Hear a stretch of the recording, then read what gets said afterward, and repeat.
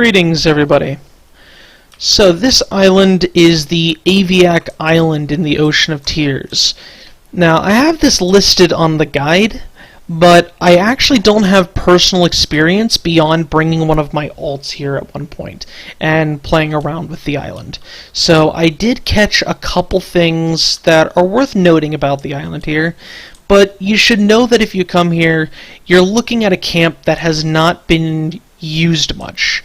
Not many people come to this island to do, well, just about anything. I believe this guy right here, Denkin's Strongpick, is used for one of the Sulisec row quests, but that's about the only relevance to this island, other than I believe that this named guy over here drops something that's needed for a quest line later. But other than that, I think this island has generally no relevance, and since it's so far out of the way, virtually nobody comes here.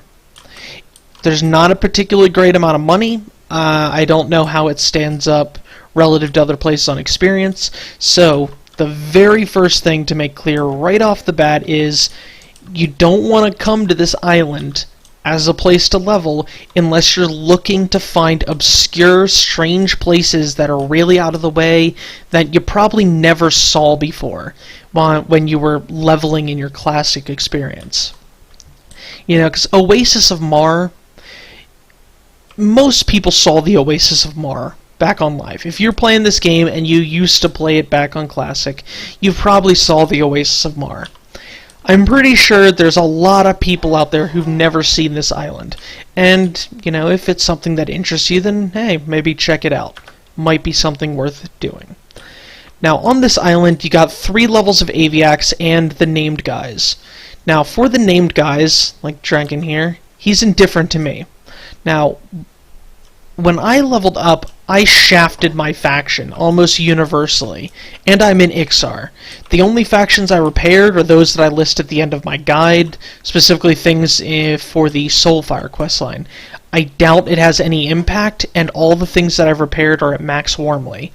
This person's still indifferent to me, which makes me think they don't have a faction. They're friendly to, rather, they're indifferent to everybody. You also have this guy back here, and he is also indifferent.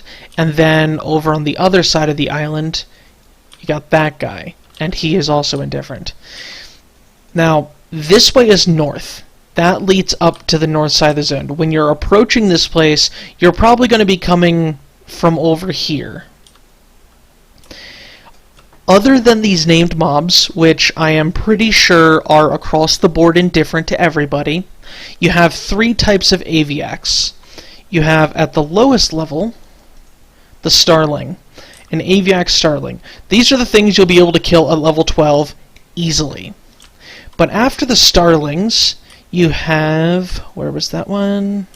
The Tarrakos. Tarrakos are a step above the Starlings. So these ones will be your yellows and your reds if you're level 12. Now, because these guys spawn in the same spots as these guys, it means you need to be able to kill both of them. So another caution, don't come here fresh at 12. Do this if you're level 13, 14, maybe even 15, and you're just bored of other locations that you found. So that way you can clear Starlings and you can clear Tarrakos. The last type, there was one over here. Let me see if I can still find him. He probably ran over the mountain. Is a Quetzal. It's Qetzel. The Quetzals are much higher level. They were solid blood red for my character. Oh, there he is. They were solid blood red for my level 14 Necromancer, almost across the board. So they are unlikely to be, you know, killable. So I would avoid those as much as possible. I have not been able to check if they social aggro. However, if they work like other Aviaks, then yes, they are going to social aggro. What that means is, if we see this roost up here, this little hut, see how there are 2 of them there? When you pull, you're more than likely going to be pulling both of these guys. They help each other out in combat. So be prepared for that. You don't have the tools to split a pull yet. You'll get those later on in the game. And the last thing that really makes this place a rather complicated and tricky place to level, and should further increase your trepidation about coming here, unless you really want a unique experience, is you're really far away. Tanager is another type. So, there are apparently 4 types of these.